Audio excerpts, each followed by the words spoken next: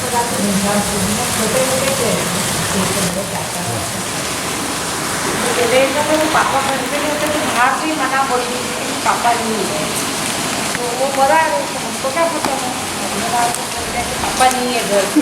खबर से हाँ खबर पगार अरे भगवान का हाँ, तो पापा को पता है, पापा को बाद में मालूम पड़ा कि घनश्याम प्रभु बता रहे थे, तो वो सबको डांटने लग गए थे, बोले तुमने अंदर को दिखाया बुलाया नहीं अपना घर। तो आपने मना कर दिया है? हाँ मेरे को ध्यान है, तब कहा वाले क्या पहले ऐसा करते पापा नहीं होते हैं तो किसी को घर के अंदर प्रवेश नहीं करने देते, तो बोले ये काम कार से मना बोल देते। मम्मी के पड़ता था बाहर भी निकलते थे, बच्चे को भी निकलते थे, तो फिर वो पापा रो लेते करते थे, तो बोले अरे घनश्याम प्रभु बता रहे थे अंदर ज्ञान हो गए थोड़े दिन बाद, तो मम्मी को रोज पापा को दुख होता था कि अपने घर पधा रहे और अपने घर पवित्र नहीं हुआ, अंदर नहीं बुलाया नहीं, तो मम्मी बोलते हैं क्या फिक्र मत करो घनश्याम प्रभु यही है अंतर ध्यान हुए वो, तो पापा मानते नहीं थे। तो एक बार पापा बाहर पधारे हुए थे, जज साहब के पास बैठे हुए थे, हाँ, तो वो बस रुकवाई घनश्याम प्रभु ने रास्ते में, वो उस ड्राइवर को बोला कि तू वो जज साहब के पास बैठा है उसको जाके बोलना कि घनश्याम प्रभु का राम राम। तब से पापा विश्वास करने लगे थे कि हाँ सही बात है कि पापा घनश्याम प्रभु अंतर ज्ञान हुए नहीं है। उसको बस के बस को कोई कंडक्टर को बोला कि जो अंदर बैठा है बाहर में जज साहब के पास बैठा है उसको बोलना कि बोले घनश्याम प्रभु का राम राम, अपना मुंडा संजय से पहुंचाना था पापा हाँ बोला। तब से पापा मानने लगे थे कि सही बात है नहीं घनश्याम प्रभु है। और ये एक मोटा ये पानी का भी है ना, ये भी पापा ने पानी भरवाया कि चने गला लो कि पानी नहीं गिरेगा और चने नहीं बोएंगे अपन, तो दाल कर लो। तो मम्मी ने कहा कि नहीं, वो पापा तो ऐसे बोलते ठंडा ले लेंगे पानी भिजवा के नौकर से, तो मम्मी ने सब उसका लीप पर आंगन वांगन लीप दिया और वो पानी वापर लिया। तो पापा आके नाराज होने लगे कि तुम्हें चने नहीं गला, पहले पानी में अनबोल लेता लाते थे दूर से घर के। तो मम्मी ने कहा कि नहीं पानी गिरेगा आप फिक्र मत करो और चने अपने डबल होंगे। तो ऐसा चमत्कार हुआ कि हमारे खेत के में इतना पानी गिरा कि वो चने जितने लाए थे उसे बोए और उसके 20-25 कुंटल हो गए। 15-20 रुपये की कितने थे। वो हॉस्पिटल में एडमिट थे और बड़े बाबू जी आए थे, ऐसा कुछ है? हाँ वही घनश्याम प्रभु बता रहे थे नहीं।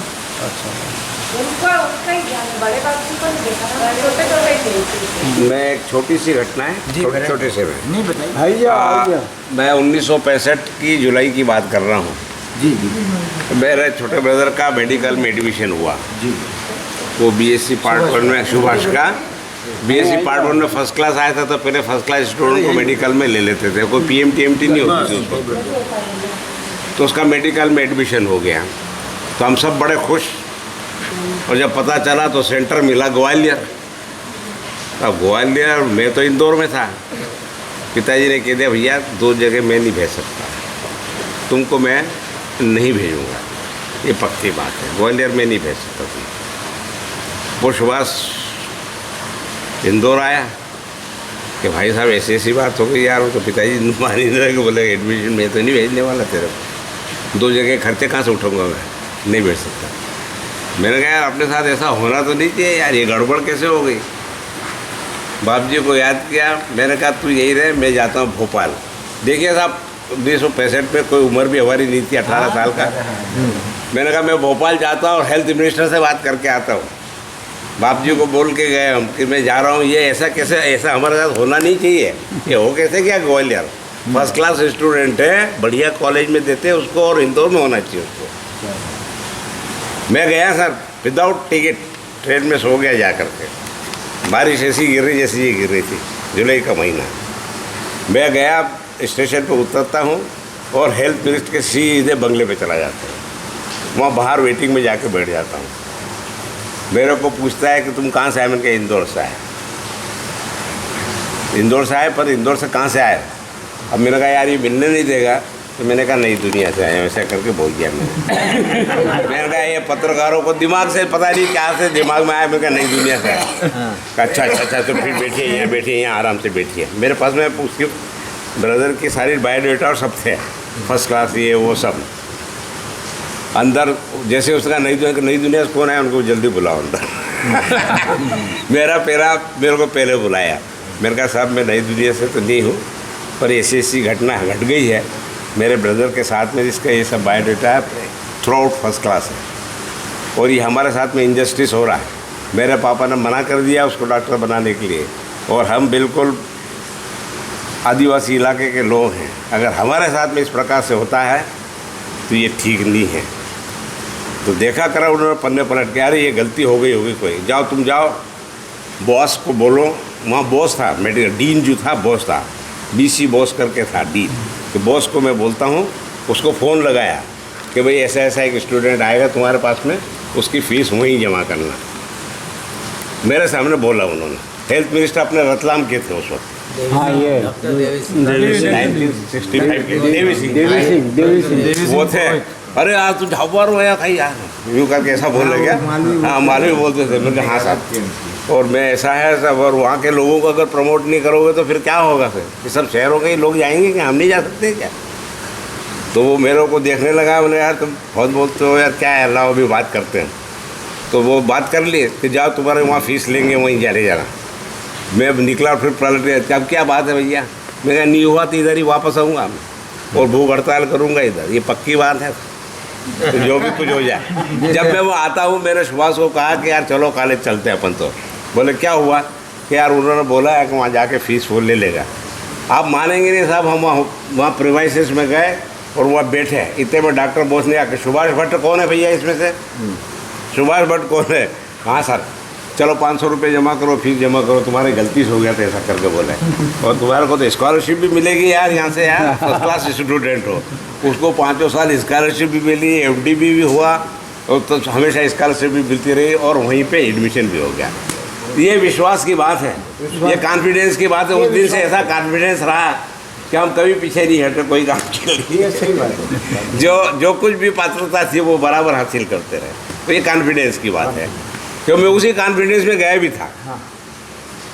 बिना टिकट गया था, और कोई किसी टोका भी नहीं। इनका कोई ऐसा उल्टा सीधी बात हो, इनका एक पेटेंट डायलॉग है, अर्जी लगा दो यार बाप जी की। बस अर्जी लगा देते हैं बाप जी के पास में, कोई बात की अर्जी आपकी जो इच्छा वो कर लो, आपका निर्णय शिरोधार्य है। उसके बाद कुछ नहीं कह रहे। अर्जी लगा दो। अर्जी तो लगाना ही है, अर्जी नहीं लगाओगे तो पता क्या चलेगा भाई? बाप जी की अर्जी लगा। वहाँ अर्जी लगा गए कि हमारे साथ अन्याय हुआ है, ये नहीं होना चाहिए बस। और वो नहीं हुआ साहब। अब आप कितनी बड़ी बात है, आज के ज़माने में कोई करा सकता है क्या? उस समय भी कोई नहीं करा सकता। मिनिस्टर से तो मिलने की बात ही दूर है, पर मैं बराबर मिला देवी सिंह से और बराबर बात करी, और ये पूरी यथार्थ घटना आपको बताई। मतलब ऐसा मेरे जीवन के अंदर सन 1968 की बात है कि इसमें मैं भी गोपाल प्रभु का आपको कहता हूँ। तो मैंने सन 1965 में हायर सेकेंडरी सुभाष और हम सब साथ में थे, हमने किया। तो 2-3 साल तक तो मैं दूसरी नौकरी करता रहा, इधर उधर की मिलती रही। तो घनश्याम भाई साहब मेरे को बोलते रहे कि भारत सिंह यार तू का नौकरी जम के करता नहीं है, तू कहाँ पे भी। मैंने कहा यार भाई साहब क्या योगी नहीं आता है क्या? बड़ा भाई साहब को मैं बोलता है सर, वो बहुत प्रयासरत रहते, चिंता रखते हैं मेरे लिए। सन 1968 की बात, मैंने कोऑपरेटिव बैंक के अंदर सर्विस की थी। मैं 2 साल नौकरी की, और उसके बाद क्या बात हो गई, हमारा जो मैनेजर था उसने बोल दिया कि मैं आपके भाई साहब के कारण मैं आपको कुछ बोलता नहीं हूँ। भाई साहब बैंक में ही थे, और तो ये क्या है आपका? जबकि मैंने उनको बोला साहब मैं गाँवों के अंदर जाता हूँ, आदिवासी क्षेत्र है, इतना इंटीरियर में जाता हूँ, वहाँ कोई मिलता नहीं, अकेला जाता हूँ, पैदल जाता हूँ और काम नहीं करता हूँ, और आप मुझे कहते हो कि आपके भाई साहब के कारण आपको कुछ नहीं कहता हूँ। तो भाई साहब गए थे अलीराजपुर दौरे पे, उस समय चीफ सुपरवाइजर असिस्टेंट। तो मेरे क्या दिमाग में ऐसे आई, तो मैंने वो उठा के ना उसी दिन मतलब नौकरी छोड़ दी और इस्तीफ़ा दे दिया, और मैं आके घर चला गया। मोटा भाई के पास में हम किराए के मकान में रहते थे, पास में मोटा भाई का घर पुराना जो वहीं जो बेचा नहीं था उस समय, तो वहीं रहते थे हम। और मैं फाइनल सेकंड ईयर कर लिया था, मैं फाइनल भी कर रहा था BA।